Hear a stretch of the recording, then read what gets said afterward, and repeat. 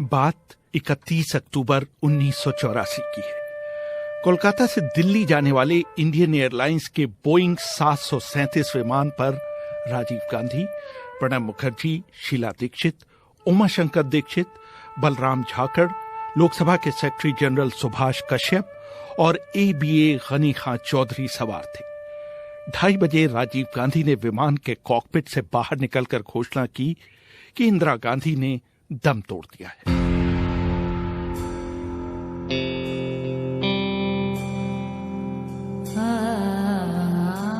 आरंभिक सदमे के बाद थोड़ी देर के बाद इस बात पर चर्चा होने लगी कि इसके आगे क्या किया जाए।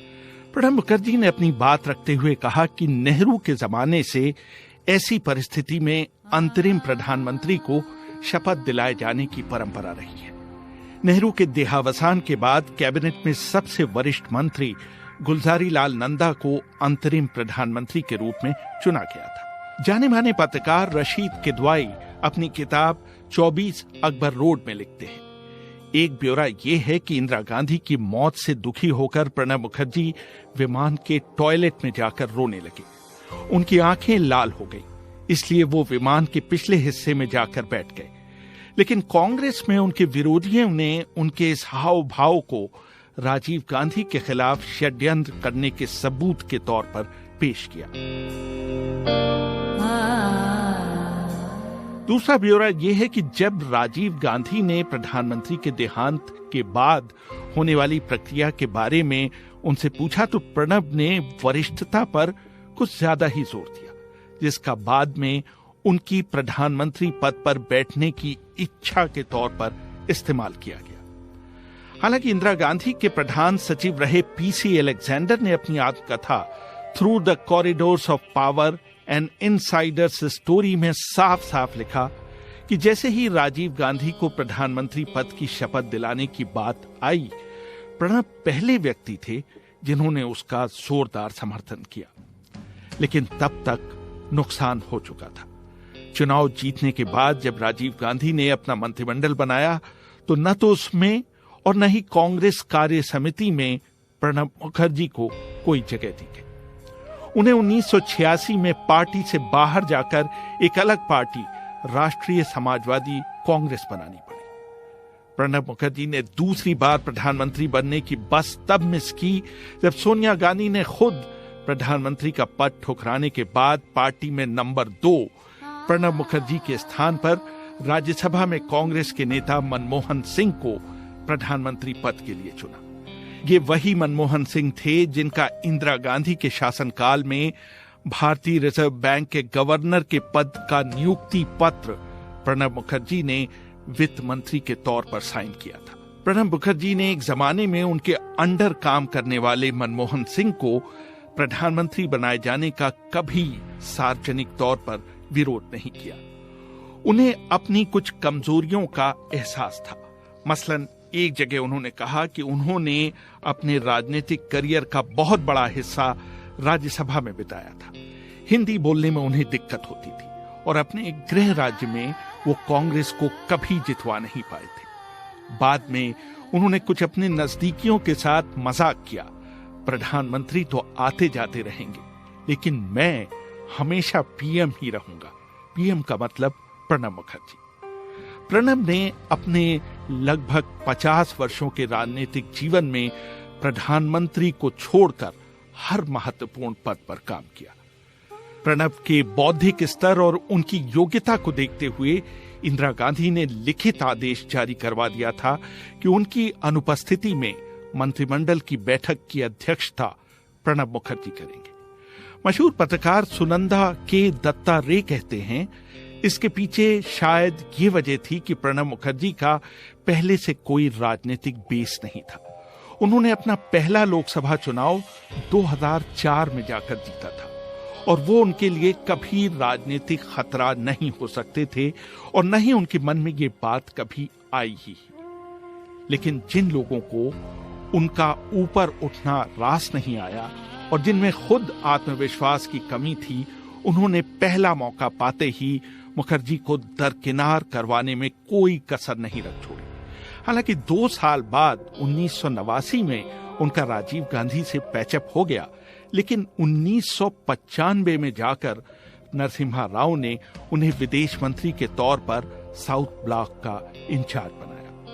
लेकिन एक मामूली बंगाली कॉलेज में अर्थशास्त्र पढ़ाने वाले इस शख्स के लिए वित्तीय मामले हमेशा पहला प्यार रहा।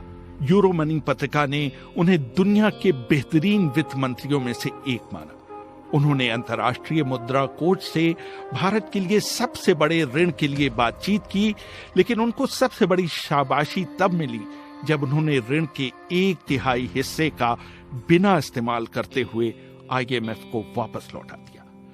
प्रणब मुखर्जी के वित्तीय प्रबंधन की तारीफ रोनाल्ड रेगन के वित्त मंत्री रहे डोनाल्ड रेगन तक ने भी की थी। हमेशा खरी बात कहने वाले सिंगापुर के प्रधानमंत्री ली क्वान यू भी मुखर्जी से बहुत प्रभावित हुए, लेकिन उनके द्वारा की गई प्रशंसा प्रणब को सत्ता के गलियारों में रहने वाले दूसरे लोगों से दूर ले गई। हां, इंदिरा गांधी ने उनका साथ कभी नहीं छोड़ा। एक बार उनके 135 मिनट के बजट भाषण के बाद इंदिरा गांधी ने उनसे मजाक करते हुए कहा था, दुनिया के सबसे छोटे कद के वित्त मंत्री ने दुनिया का सबसे लंबा बजट भाषण दिया। प्रणब मुखर्जी का कद 5 फीट के आसपास था। प्रणब मुखर्जी को हमेशा पढ़ने लिखने का शौक रहा। उनकी निजी लाइब्रेरी में आत्मकथाओं से लेकर दर्शन, इतिहास और अर्थशास्त्र पर सैकड़ों किताबें थी। एक बार की गई उनकी टिप्पणी, Asia minus India is like Hamlet without Denmark, से पता चलता है कि अंग्रेजी साहित्य पर भी उनकी पकड़ काफी मजबूत थी। अपने जीवन की शुरुआत से ही उन्होंने अपने पिता की एक आदत अपनाई थी, और वो थी दुनिया भर में हो रही घटनाओं को सिलसिलेवार अपनी डायरी में रोज लिखना। अमेरिका के राष्ट्रपति बराक ओबामा ने भी एक बार टाइम पत्रिका को बताया था कि उनको भी दुनिया भर की घटनाओं को अपनी डायरी में लिखने की आदत थी। यही वजह थी कि प्रणब मुखर्जी को हमेशा उनकी फोटोग्राफिक याददाश्त के लिए जाना गया। वैसे तो प्रणब मुखर्जी अपने मृदु स्वभाव के लिए जाने जाते थे, लेकिन कभी कभी उन्हें बहुत तेज गुस्सा आता था। तब कांग्रेस के बड़े से बड़े नेता भी उनके सामने आने से बचते थे। उनके इस गुस्से का स्वाद एक बार मशहूर पत्रकार राजदीप सरदेसाई को चखना पड़ा था। राष्ट्रपति पद का कार्यकाल समाप्त होने के बाद सरदेसाई मुखर्जी का इंटरव्यू कर रहे थे। जब मुखर्जी उनके सवाल का जवाब दे रहे थे तो राजदीप ने उन्हें टोक दिया। यह सुनना था कि प्रणब मुखर्जी आग बबूला हो गए। उन्होंने सरदेसाई को रोक कर कहा, ये मत भूलिए कि आप भारत के पूर्व राष्ट्रपति से इंटरव्यू कर रहे हैं और इंटरव्यू करने का अनुरोध भी आपने ही किया है। अगर आपको उन्हें सुन पाने का धीरज नहीं है तो इस इंटरव्यू को यहीं समाप्त कर दीजिए। प्रणब मुखर्जी को नजदीक से जानने वाले पत्रकार जयंत घोषाल बताते हैं कि उनको पाइप जमा करने का बहुत शौक था। सालों पहले धूम्रपान छोड़ देने के बावजूद वो पाइप को हमेशा अपने मुंह से लगाए रखते थे।